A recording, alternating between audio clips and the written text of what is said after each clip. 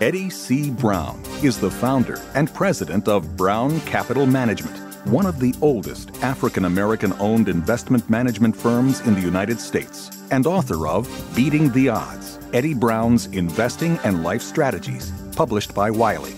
In this 10-episode podcast series titled Beating the Odds, an interview with Eddie Brown, Mr. Brown sits down with Deborah Owens, wealth coach, author, and radio host, to discuss life lessons, educational values, personal and career philosophies, financial ingenuity, and giving back. In this podcast episode, Eddie Brown reflects on his notable accomplishments from adolescence to adulthood. Join us as we take a walk down memory lane. It's such a pleasure to be having this conversation with you. I really want to begin by the Black Enterprise magazine recently named you as they termed it, the titan of the investment industry and a master mutual fund stock picker. And, in reflection, have you accomplished what you set out to do? I was totally shocked by the Black Enterprise title, 40 Titans. And I hadn't seen the magazine. One of my associates came in and said, "Eddie, look at this. Did you know?" And I had no idea. So there was no advance notice. No one called. They just made the list. And, I was really thrilled to be selected. But I had no role in it. So it was really terrific. Well, a terrific, certainly, title. However, in reflecting back on your more than 40 years in this industry, surpass your expectations, or was this what you set out to do? Certainly it wasn't what I set out to do.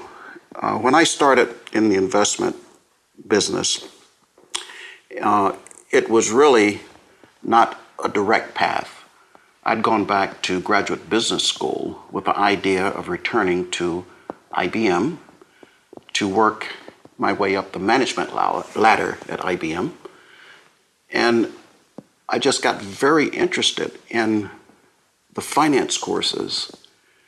And when I found that people can really make a nice living out of investing, I just came up with some possibilities and went in a completely different direction. So it was not a plan. It was an opportunity that cropped up to work for, at that time, it was the wealthiest family in the state of Indiana. And it was their family firm to manage the family's wealth called Irwin, IRWIN, Management Company, in a very small town, at that time, 30,000 people, in southern Indiana, Columbus, Indiana.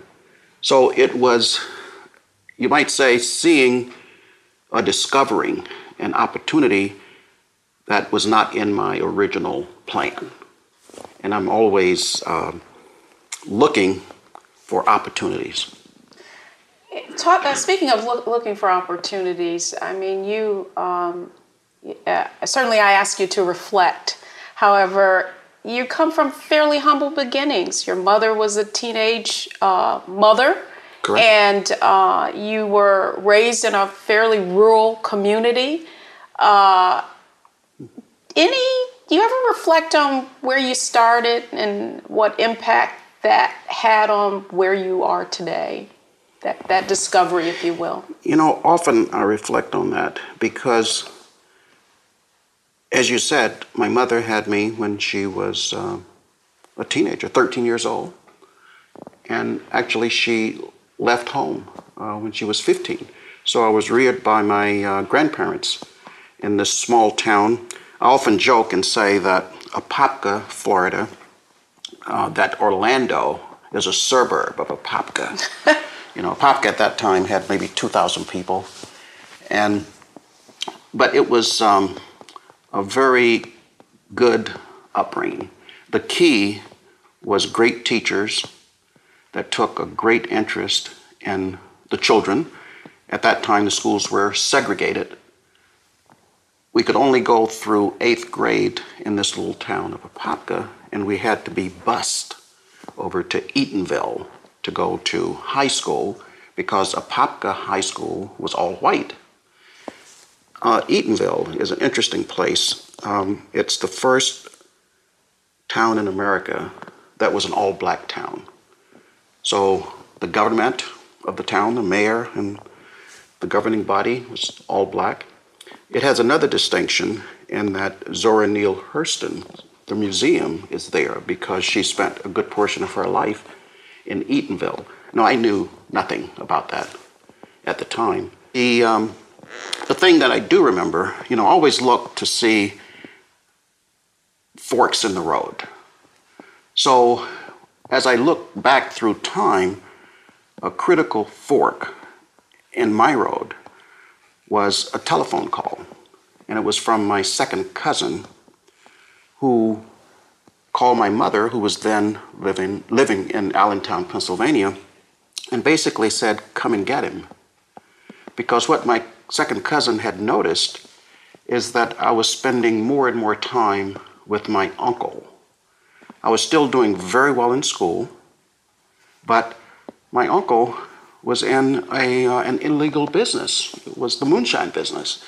And I was having a great time. He had 12 cars all souped up, and I would go with him on moonshine runs. And by the time I was 11, he gave me a 36 Ford pickup truck. And I was driving around Apopka with my own truck. But I learned a lot from my uncle. And what I learned was, as I look back, was entrepreneurship. Through that whole time of my life, I'd never known my uncle to have worked for anyone. He'd always worked for himself, first in a very legal business.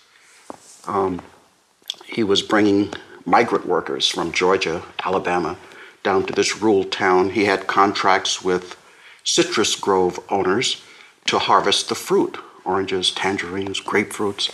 And he basically put together crews, harvest the fruit, and he basically, paid them. And I guess he made a profit, right? He got so much for his getting the contracts and hiring the workers. And so when I got my truck, I said, I'm going to follow the path of my uncle. So I got a small crew, and we would pick Spanish moss from the trees. This moss could be sold because it was used as stuffing in furniture, cushions, that kind of thing. I discovered another little business, and that is the gathering the remnants from a sawmill. They're called slabs. It's kind of the outer bark and little wood. And Central Florida would still get pretty cool in the winter, and a lot of people had wood-burning stoves.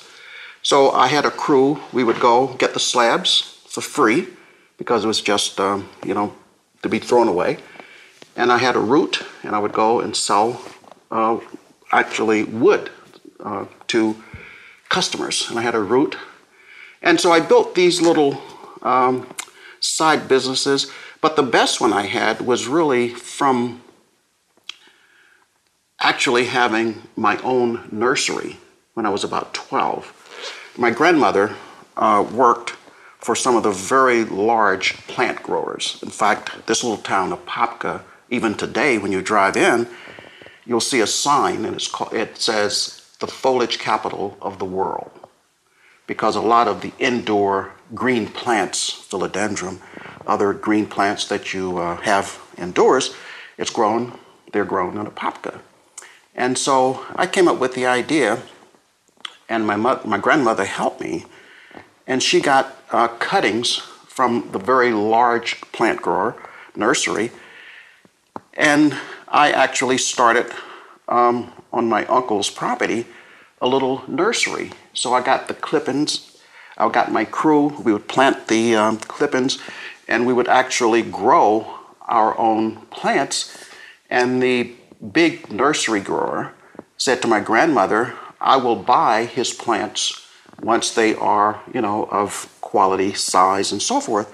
So I had all of these little businesses at a very early age in my own truck. Now, how was I able to drive around this town at 11, 12, 13 legally? Well, it wasn't legal, but since my uncle basically had paid off all of the local policemen, I was never stopped. And I had complete freedom. So this very early exposure to business and making profits, of course I was doing it legally, just gave me something in the back of my mind that whatever I do, one day I would like to be able to kind of be the master of my own destiny and actually create a legal business that can employ people, and that was embedded in my mind.